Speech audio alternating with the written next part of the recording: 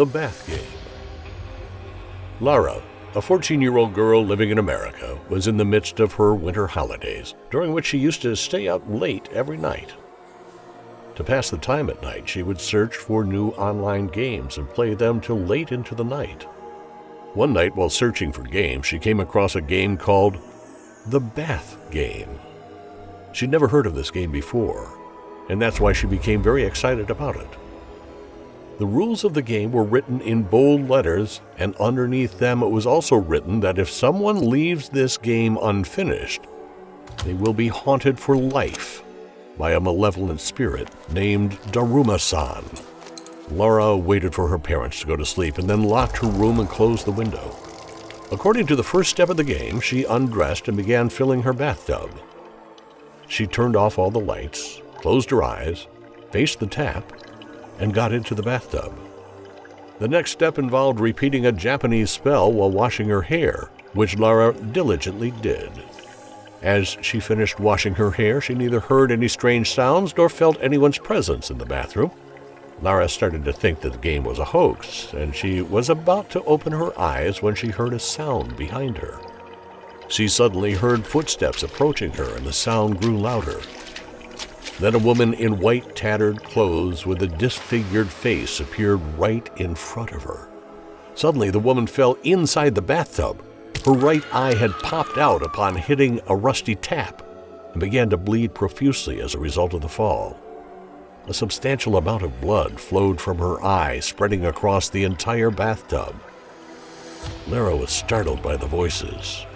She was considering opening her eyes, but then she remembered the rules of the game and asked the woman, "Why did you fall into the bathtub?" After saying this, she immediately left the bathroom without looking back, following the rules. She couldn't even believe that she actually felt the presence of Daruma-san. She was suddenly overcome by fear, and at that moment, she felt like running away from her home. However, she knew that if she didn't follow the game's subsequent steps, Daruma-san would easily continue to haunt her. So, following the rules, she went to her bed and slept. It felt like she was being watched all night, and it was incredibly difficult for her not to think about the woman for a few hours. The next morning, with a bit of sleep, Lara's mind refreshed and she resumed her normal routine. She went to the bathroom, had her meal, but as she moved from one place to another, she began to feel like someone was following her. However, whenever she turned around to look, there was no one there. That afternoon, Lara's mom took her to the supermarket to go shopping. Lara felt like Daruma-san was following her.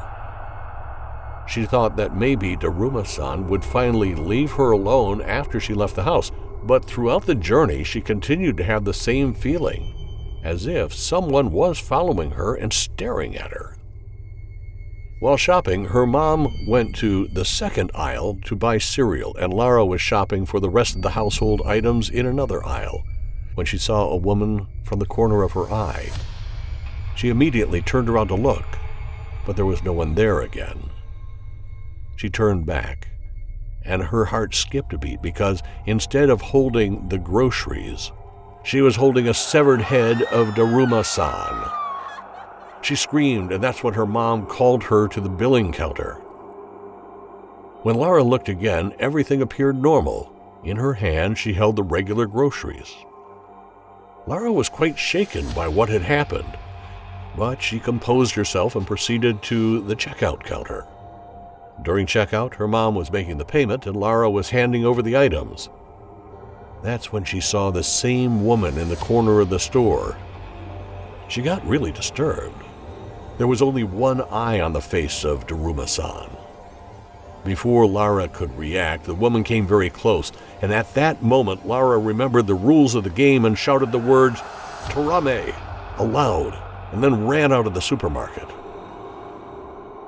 Her mom left the billing and rushed after her. She started asking Lara why she was behaving like this, but Lara, who was now completely terrified, couldn't provide any answers to her mom's questions. Her mom quickly placed her in the car and took her home. However, on her way back, Lara kept seeing Daruma-san following their car in the rearview mirror. Laura's anxiety grew as her mom increased the speed of the car. It seemed like Daruma-san was getting closer as her mom sped up.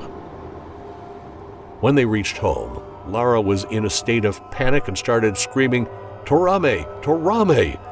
As her mom parked the car, she saw Daruma-san still approaching.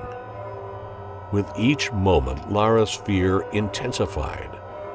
As soon as they entered the house, Laura began crying and ran inside, trying to hide in different rooms and shouting, "Torame! Torame!" Something that started as a horror game for Laura had become the scariest experience in her life, with Daruma-san haunting her throughout the house. Laura decided that she would take the final step as per the game's instruction to confront Daruma-san and end the game. However, whenever Laura tried to say the words "kaate" to Daruma-san to end the game, Daruma-san would disappear right before that. Laura never got a chance to say the word "kaate" and end the game. Laura was now trembling with fear, and her parents couldn't understand this madness. They gave her a sleeping pill and laid her down on the bed, not leaving her room until she fell asleep. When Laura's eyes opened, she was in her bathtub. She suddenly felt like someone was grabbing her, and when she looked back, Daruma-san held her tightly and she was laughing loudly. Laura started to scream, "Kaate!" in an attempt to end the game. According to the rules of the game, Daruma-san's spirit should have disappeared. But Daruma-san and the laughter began to suffocate Laura even more. She felt like she was drowning in the bathtub, and as she was sinking, eventually, Laura's eyes closed. When Laura's eyes opened again, she was lying in her bedroom drenched in her own sweat. Her mother was sitting in front of her. Laura noticed the clock, which showed 12:30, meaning that the next day had begun. Laura had failed to end the game in time. Laura started crying in despair, hugging her mother tightly.